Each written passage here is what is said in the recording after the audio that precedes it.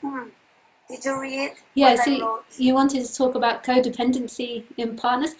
What do you exactly mean by codependency? Just because people use it in different ways, which way do you mean Well, like yeah, I'm actually reading a book now, and the book talks that the term was first used in the 40s, and it was first used to women who used to be dependent on men who had problems with drugs and alcohol. yeah, And through time, as I think society got crazier, I believe the dependency um, would be or could be related to any kind of addiction. It could be work, it could be yeah. the man, I mean the partner, or the, the woman. And it means that they're codependent It's, on their partner's addiction. no. Then usually the codependency, as I'm reading the book and I was reading about it, it speaks about the women who are dependent on men who have dependency, and then they get, like, I think the origin of the word co-dependence comes from it. Like, so you're also dependent on someone who is dependent on something, and it Ah, doesn't matter what. And then you try to save and rescue this partner, and yeah, then yeah, I just texted you with the quote of your book because yeah, it never, or nothing can ever complete it, yeah, right? So, and then you try to save the person, and then you enter in that cycle in a relationship where you're trying to yeah, save and try to show the person, hey, look at what's yeah, going on. Like, you need to see the world differently. And it yeah, was just 5 minutes ago you were talking about that in a different way, but that we can't expect it coming from anywhere outside here, yeah, outside us, yeah. and we can't actually find it No.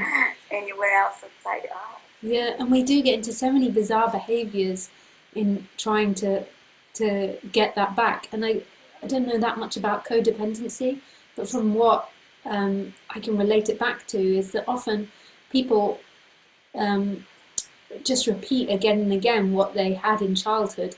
So if they had a Excuse father, me, they're excuse me. repeating what What? they had in childhood. You can hear me Wait okay? a second. I'm gonna close the window because I think it's there's noisy coming from outside. Just a second. Do you need me to turn my video off and then that might make it better if it's. No, it's No? fine now. Yeah, it's fine. So we repeat. What we're taught in childhood. So we often look for the patterns which we're used to in childhood. So if we had a parent with addiction, or if we had a parent that was very depressed or something, and we were there to cheer them up, then often we then look for that in a partner. Not because we like it, but because that's what we're used to. Because really, we're all nothing. We're not anything. What these bodies do is they respond to whatever situation they're in.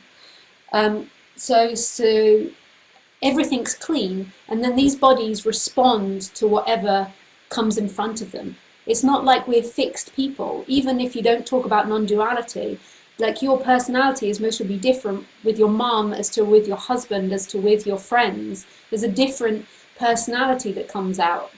With certain people it likes them and is very energetic, certain people it's bored and very quiet. There's not a solid personality there. There's response always happening. And then we're always being told so quickly that we have to be someone. And so what we do is we often pick those responses that we're used to. So if we're used to responding to a depressed person, we're used to being the person that's in relationship with someone that's depressed. So therefore it comes easily, that response is easy.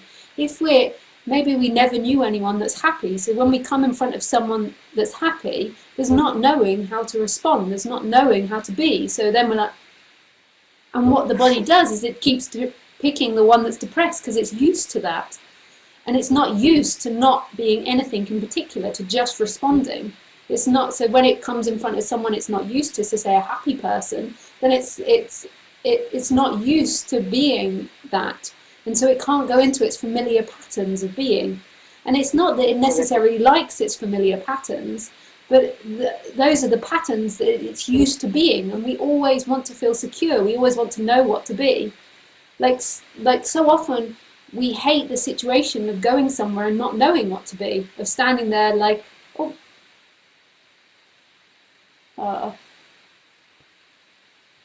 well, my Skype quit.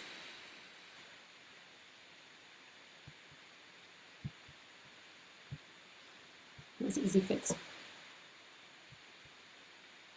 Hi. Hey, sorry, my Skype kicked you out. So I think that these I can codependent. hear you. Oh, you can't I hear can't me? hear you. Can you hear me? Yeah. I can. You want to try and call me back?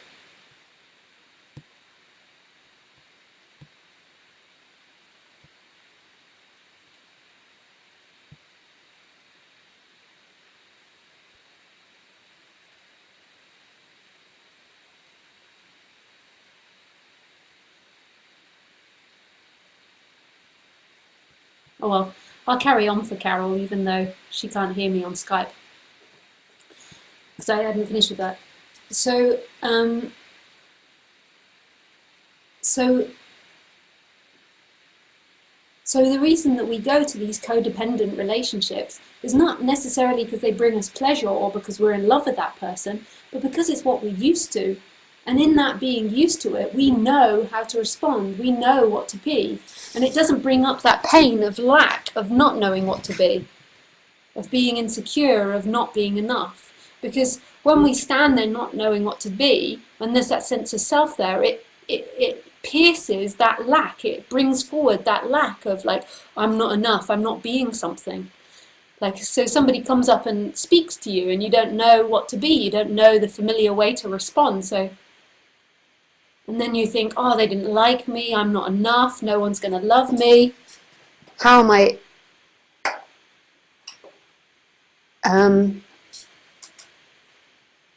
am I going to show that I like them? All these thoughts of insecurity come up. But all of us are like that, always, in every instant there is nakedness. Hey, Carol! Can you hear me? You can hear me? Hi, Lisa.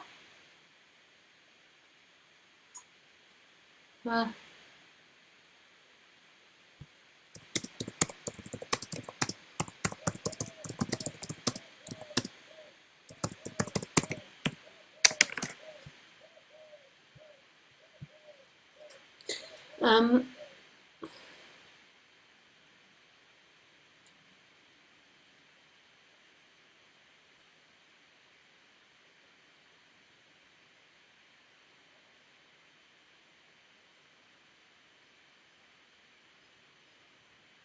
But when it's seen that you aren't anything, and there is nothing that you need from this world, nothing. You don't need anything from anyone to be complete. Completion it's the nature of everything. It's just a separate person has got so used to living in time for its validation.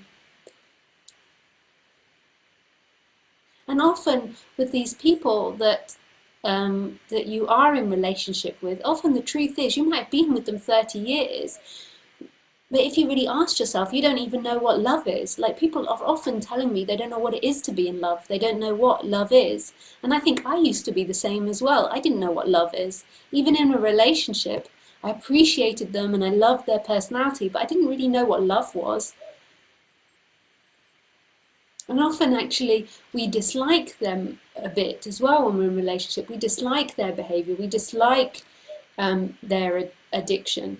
But we're too scared to not be that person that we are with them. We're too scared not to be someone. We imagine leaving them or breaking the situation, and we're afraid of that loneliness, of not being valid. You've always been told your whole life that there's something wrong with you, that you're not enough as you are, that whatever you do, more than likely you'll fail, so you have to abide by society's rules. Or not that you'll fail, but that you won't make it, or that you're not enough in some way, and it's completely untrue, and that you have to have all these things to be valid, to stand there and be valid, and none of it's true. And Khaleesi never looks to others for validation. except me, but not really. Like she does because I'm the owner, but you know, if I tell her off, next instant she's like duck duck duck duck duck, and we have to go through because she's got her behavioural issues. We have to go through so many funny situations. Um, I have to like I don't know, but something happens between me and us where we get put into many funky situations. Like today, we're just walking along the pathway, and about a metre away, two deer just jumped out in front of us and ran. It was beautiful. It was really beautiful. But this sends Khaleesi's system haywire. She's like, cannot compute. She didn't know what to do with herself. And so I had to yell at her, not in a nasty way, to come back to me because I could see that she was so thrown by this. Like it was like too much. She was scared and wanting to kill them at the same time. And so she comes back to me. But I had to use a forceful voice to say, come to me, come to me. And she comes back all like that. And then the next minute, and she's proud again.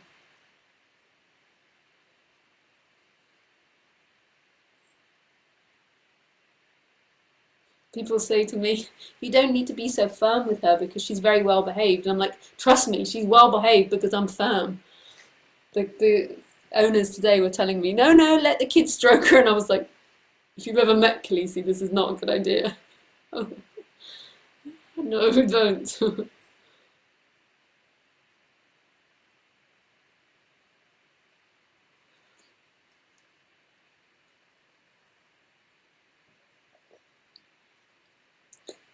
And life works in mysterious ways. Like, it's not, I don't believe in the secret or the, I forget what it's called, positive intention or anything. But it's like if you keep feeling enough, then that's always what you're not enough.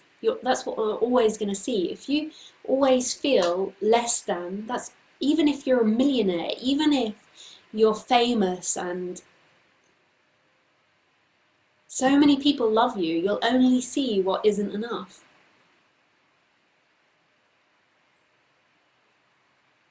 And even if you have 20,000 euros in the bank, you look at that maybe in comparison to your friends and you think that's not enough. That's all I have, 20,000 euros or whatever.